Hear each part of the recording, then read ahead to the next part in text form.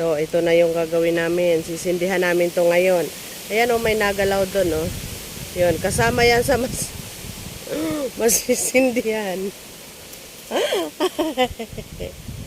Ayan, kasama yan sa masisindihan niya. Napakalikot na yan. Ayan na. Ayan na. Tambak na yan sila dyan. Ayan, kasali yan sa masisindihan yan. Isang bugot na yan. Tingnan ko lang para na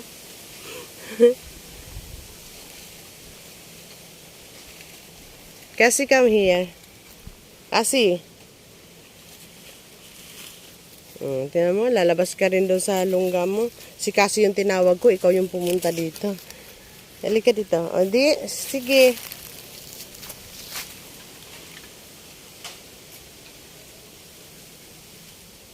Kasi, madungis ka na. Halika na dito. Halika dito, mainit dyan. Kasya na. Namo si Bogs, natutulog. Tabi ka kay Bogs, dali.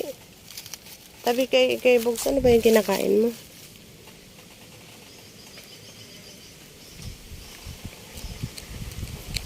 Ano yung kinakain mo? Kain mo buhangin. Doon ka sa kabila, tara. Ano si Papa dyan, magsisiga na si Papa. Dito tayo, dali. Ayan. Ito ka kasi, dali. Ayan, gagawa tayo ng bahay ni Kasi at ni Bogs. Si Bogs kasi makulit eh. Nahiga ka na dito, kasi dito. Ayan. Yan lang si Kasi.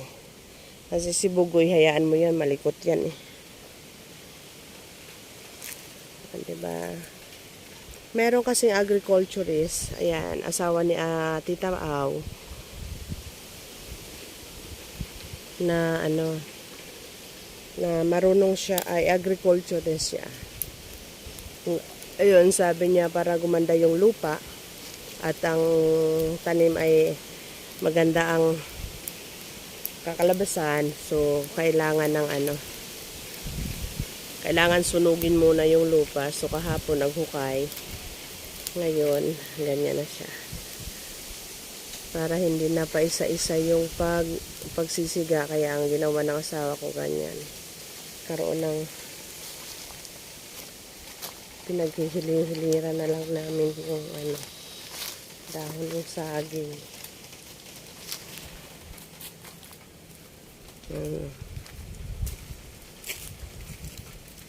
Diyan ka lang kasi. Ayan si Bogs. Doon si Kasi. Kasi hindi yan sila magkasundo. Kasi si Kasi masyadong seryoso sa buhay. Tapos, ito naman si Bogs masyadong makulit sa buhay. Kaya talagang hindi sila magkakaintindihan. Kaya magkalayo sila ng tirahan. Yan. At saka doon si Kasi sa malayo. Kasi pag magkatabi sila, kukulitin siya ng kukulitin, mag-aaway silang dalawa. Ayaw niya nang kinukulit siya. Diba? Ayan o.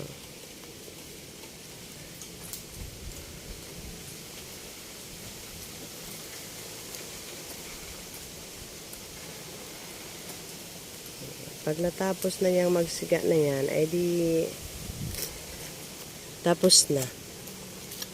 Guys, nakapulot ako ng bayabas doon. Wala naman puno ng bayabas. Ano siya, bitbit siya ng ibon. Tapos siguro nabigatan na siya. Ang nabitawan. Kaya tingnan niyo yan guys. Puro mga pinagtukaan ng ibon. At saka siguro tangay-tangay niya yan. Tapos nabigatan na siya. Nahulog na. O diba? Kawawa naman yung ibon. Hindi niya nadala.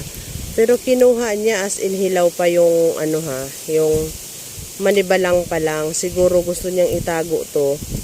Pero hindi na magawa kasi nabigatan na siya. Hindi pa masyadong hinog. Tulog na si Indoy. Si Kasi gagala na naman. Kasi maupo ka doon. Dali, upo doon. Dali. Yan, gagawa na naman ng panibagong yung asawa ko. Diba? Ang ganda na nang nangyari sa Tataniman niya yan ng talong. At saka ano, doon magagawa din siya ng taniman ng sitaw. Ayan guys, o tingnan mo, hindi na niya kailangan na mag-ano, pero yung nasa gitna ay hindi siya masyadong na ano. Yun lang, malakas yung hangin. Nakakatakot kasi yung ano, yung mga dahon ay magaan, baka lumipad na may apoy.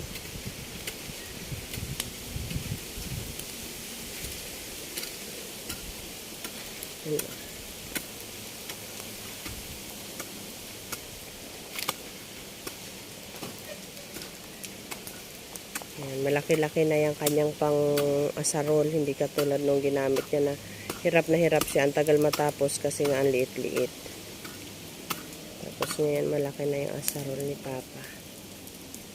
Papa, pa-extra nga. Ito punlaan ano? Okay.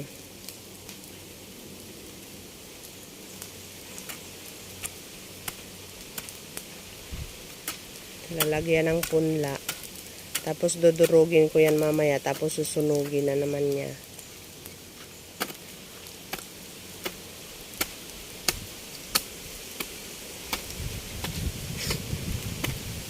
Pagpapalain ni Jesus tong aming mga itinanim.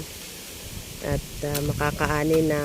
Ayun, makakapamigay na rin tayo sa mga hipag, mga kapatiran, mga ano, andyan, mga kapitbahay.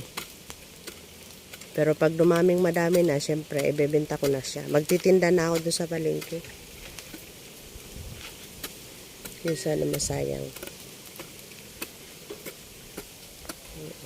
Hindi tumawid yung apoy, Papa. Walang tawiran. Hindi mo kinunik pala doon. Hindi siya nakakunik. Ayun.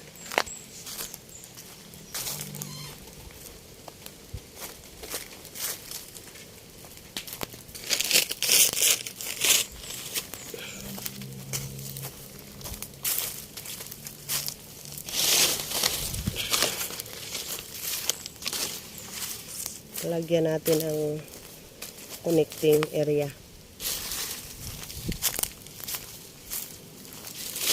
So, tatawid na yan.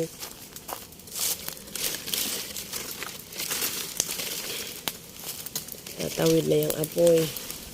Yan. Tatawid na yan.